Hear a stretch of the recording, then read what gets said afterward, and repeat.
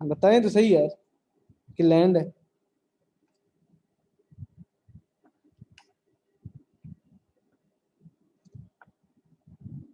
Okay, land तो depreciate नहीं होगी भाई, सॉरी, माय बैड। लैंड का किस्सा अलग कर लेते हैं, बिल्डिंग का अलग कर लेते हैं।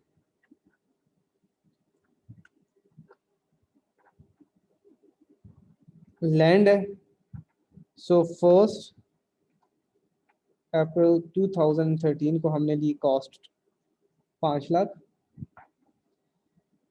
एंड फिर फर्स्ट अक्टूबर 2013 को इसकी revalued amount I 7 lakh.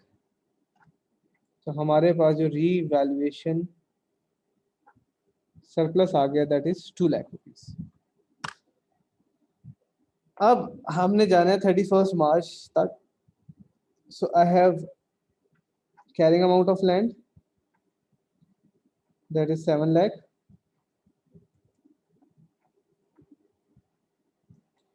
and I have revaluation surplus related to land that is 2 lakh.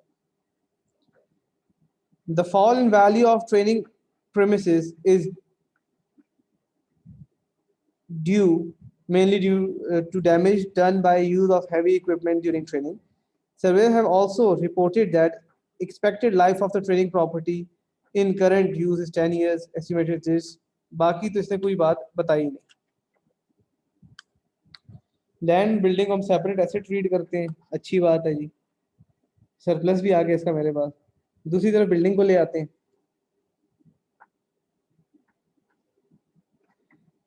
First April 2013,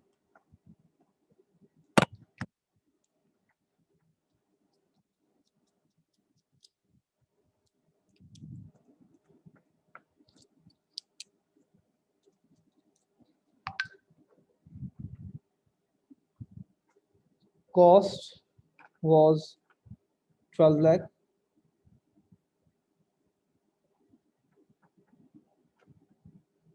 ji monthly कर लो बेटा, जैसे दे लो कर लो, ठीक है। फर्स्ट टाइम जब ये ऐसे डेप्रिशिएट होगा तो इट विल बी 31 मार्च 2014, ठीक। सो 25 साल लाइफ है, 12 लाख, तो ये आ जाएगा 48,000। दूसरी बार जब ये डेप्रिशिएट होगा इट विल बी मार्च 2015, और स्ट्रेट लाइन है तो फिर 48,000 की डेप्रिसिएशन आ जाएगी।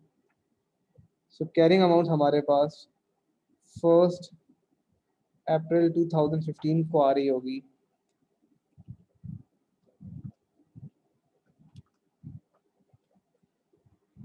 1104,000। बेटा उसके बाद फर्स्ट अक्टूबर 2015 को आपने इसको रिवैल्यू किया तो आपको 6 मंथ्स की डेप्रिसिएशन चार्ज करेंगे, अप्रैल मई जून जुलाई अगस्त सितंबर, 6 महीने की।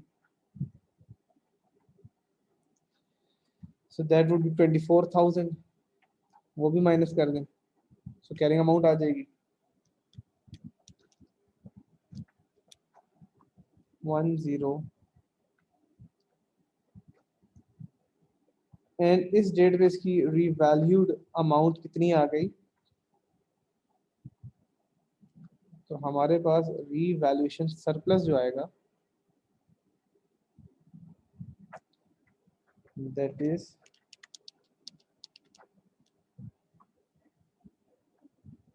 2,70,000 का रीवैल्यूएशन सरप्लस आ गया मेरे पास, ठीक। जब 31 मार्च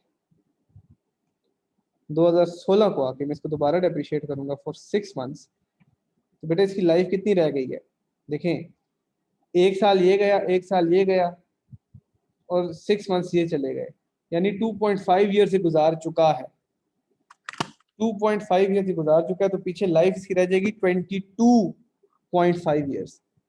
सो 1350,000 डिवाइड बाई 22.5 किया तो 1 साल की डेप्रिसिएशन आई, 6/12 कर लेंगे तो 6 महीने की आ जाएगी।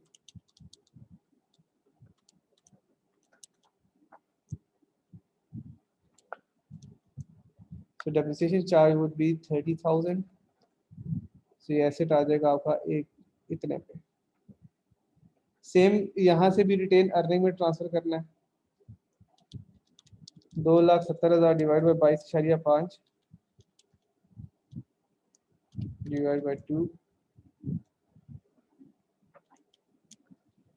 6,000 आ जाएगा और इसका बैलेंस बच जाएगा इतने पे। अब एक्सट्रैक्ट्स के ऊपर बात कर लेते हैं। एक्सट्रैक्ट्स के ऊपर बात कर लेते हैं। यहाँ पे आएंगे, सबसे पहले भाई नॉन करंट एसेट्स का पोर्शन होता है, प्रॉपर हेडिंग देनी है आपने। फिर देंगे आप प्रॉपर्टी प्लांट एंड इक्विपमेंट की हेडिंग। हम डायरेक्टली लिख लेते हैं land and building head office.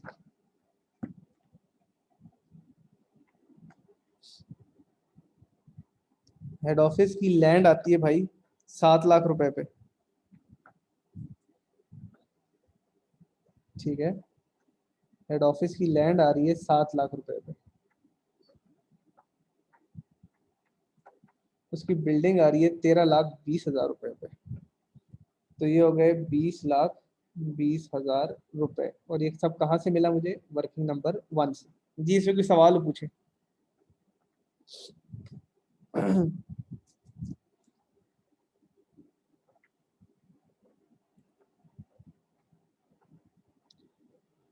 दूसरे एक्सट्रैक्ट क्या है कि जी यहाँ पे क्या जाएगा? यहाँ पे जाएगी डेप्रिसिएशन।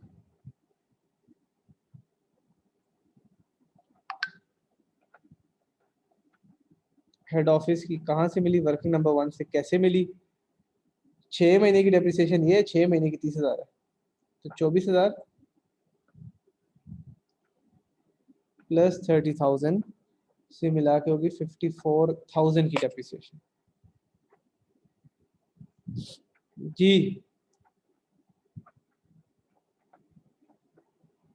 अब सेम वर्किंग बनाएंगे हम लोग।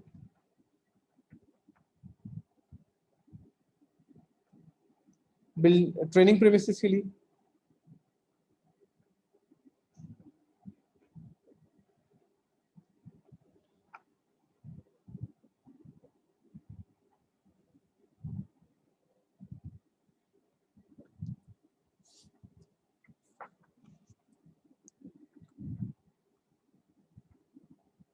ट्रेनिंग प्रीमिसेस के लिए उसमें भी दो एलिमेंट्स आ जाएंगे। एक तरफ आ जाएगा लैंड एलिमेंट। लैंड एलिमेंट को अगर देखा जाए, सो लैंड एलिमेंट क्या है हमारा? कॉस्ट है 1 अप्रैल पे,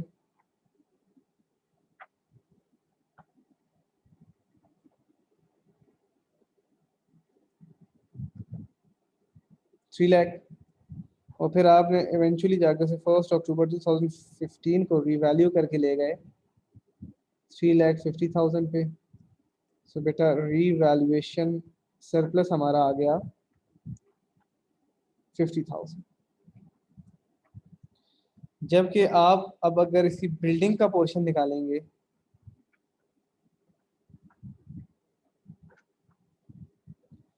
बिल्डिंग में देखें जी, हम स्टार्ट ले लेते हैं 1 अप्रैल से। Cost was 9 lakh rupee. Cost was 9 lakh rupee. फिर जब हम इसको करेंगे depreciate, this will be 31 March 2014, तो 9 लाख और वही डिवाइड बाय 25 करना पड़ेगा। तो 36,000 हमारी डेप्रिसिएशन आ जाएगी 2014 की। और इतनी ही डेप्रिसिएशन आ जाएगी हमारी 2015 की। तो मेरे पास 1 अप्रैल 2015 की कैरिंग अमाउंट आ जाएगी, that would be 9 lakh minus 72,000, ये आ जाएगा 8,82,000। फिर 1 अक्टूबर 2015 को जब आप इसको 6 मंथ्स की डेप्रिसिएशन चार्ज करेंगे, दैट वुड बी 18,000। सो उधर जो कैरिंग अमाउंट आ जाएगी वो आ जाएगी 8,10,000 रुपए।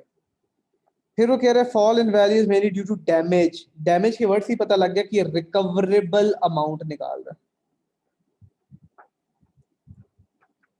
रिकवरेबल अमाउंट हमारा क्या है? 6 लाख। सो इन शॉर्ट हमारा इम्पेयरमेंट लॉस आ रहा है 2,10,000 रुपए का। अब बाकी जब हम 31 मार्च 2016 पे जाएंगे तो मेरी नई कैरिंग अमाउंट बन चुकी है 6 लाख। अब मैंने जब 6 मंथ्स की डेप्रिसिएशन निकालनी है और पीछे लाइफ कितनी रहेगी 10 ईयर्स, तो that would be 6 lakh divide by 10, लेकिन 6 महीने की डेप्रिसिएशन निकालनी है तो आंसर वुड बी 30,000। तो ये आ जाएगा 5,70,000 रुपए पे। सवाल को गौर से पढ़े, यहाँ पे लिखा है कि जी एबीए treats land and building separate asset. यानी आपके दिमाग में ये भी आ सकता है सर वो नीचे वाली लैंड इंप्रूव हो रही है और ऊपर वाली बिल्डिंग जो है वो इंपेयर कर रहे हैं, तो ये गलत है। अगर हम लैंड और बिल्डिंग को सेम ऐसे ट्रीट करते तो फिर उसके सरप्लस से इसका लॉस नेट ऑफ होता, क्योंकि हम उनको सेपरेट ऐसे ट्रीट कर रहे हैं इसीलिए उसके सरप्लस से इसका लॉस सेट ऑफ नहीं हो सकता। ठीक है जी, बात पल्ले पड़ रही है? सब हम यहाँ आ जाएंगे और हमारे पास आ गया ट्रेनिंग प्रेमिसेस वर्किंग नंबर 2। भाई 350 की लैंड है और 5,70,000 रुपए की आपकी बिल्डिंग आ रही थी। सो 350 प्लस 570 ये आ जाएगा 9,20,000 रुपए और ये चला जाएगा 2940,000। ठीक, डेप्रिसिएशन की जब बात आएगी so training premises working number 2 कितनी कितनी डेप्रिसिएशन है भाई इसकी? 18,000 एक है और 30,000 एक है, 6 मंथ्स की और 6 मंथ्स की।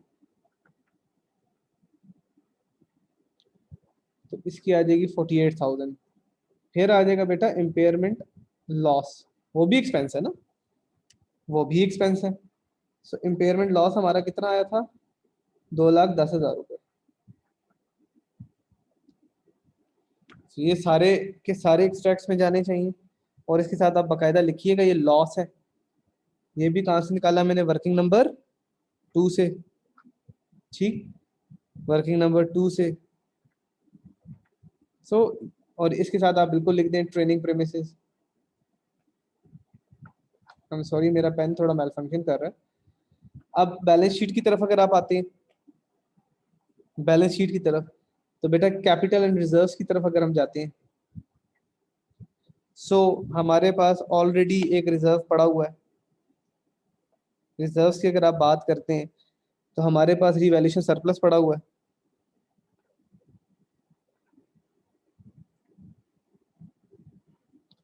मेरे पास सबसे पहले हेड ऑफिस की लैंड का था, हेड ऑफिस की बिल्डिंग का था, ट्रेनिंग प्रीमिसेस की सिर्फ लैंड का है। मैं सिंपली फिगर यहाँ पुट कर देता हूँ, 2,00,000 एक का पड़ा हुआ था और 264 एक का पड़ा हुआ था। जो बच जाता है वो लिखना है ना, और आखिरी वाले का तो सिर्फ 50,000 पड़ा है। इसी के साथ सवाल खत्म हो गया जी।